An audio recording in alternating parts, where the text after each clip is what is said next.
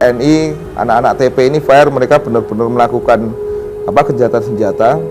Tapi kemudian besoknya yang harusnya ini kondisi kejahatan senjata ini pasukan Baret Hijau dari Belanda ini melakukan aksi-aksi membabi buta, yang kemudian juga melakukan pembantaian terhadap rakyat sipil, terutama yang sangat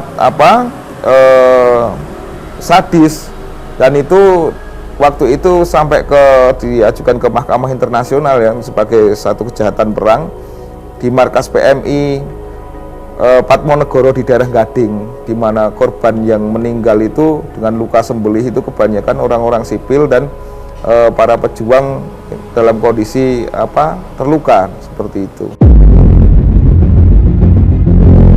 Atas pelanggaran ini, pada siang hari 11 Agustus 1949, pihak Belanda yang diwakili Kolonel Van Ol menemui Letkol Slamet Riyadi untuk berunding.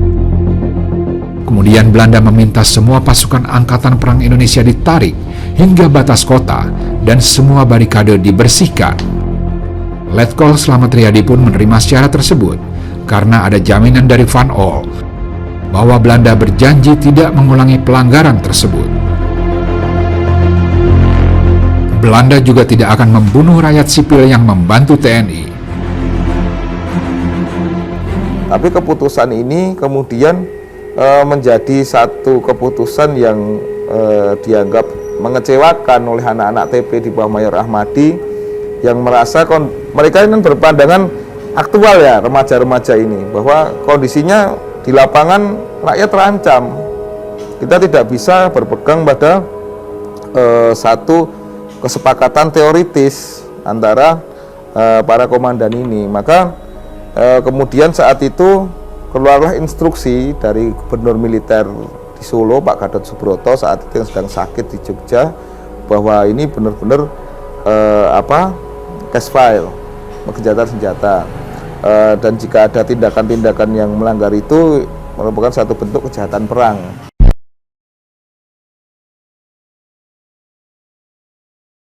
(12 Agustus 1949), gencatan senjata baru bisa terlaksana sepenuhnya.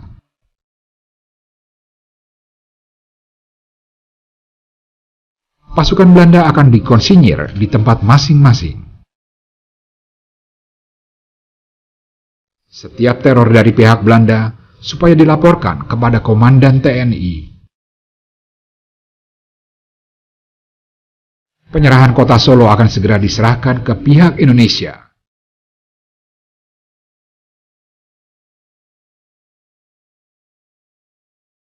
Kekuasaan wilayah di kota Solo pun akhirnya resmi diserahkan oleh pihak Belanda yang diwakili Kolonel Van Ol kepada perwakilan TNI Letkol Slamet Riyadi. Melalui upacara penyerahan yang diadakan di Stadion Sriwedari Kota Solo pada 12 November 1949.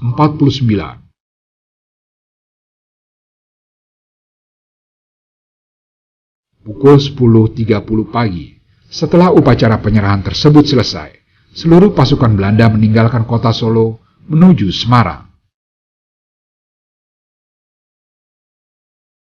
Setelah Belanda meninggalkan Solo, maka diadakan upaya penyusunan pemerintahan sipil yang baru di kota Solo.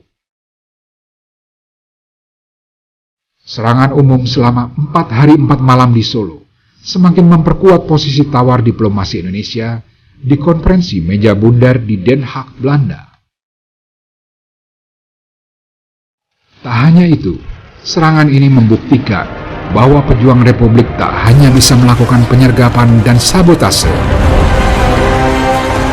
Mereka juga mampu melakukan serangan frontal yang terkoordinir dengan peralatan perang seadanya.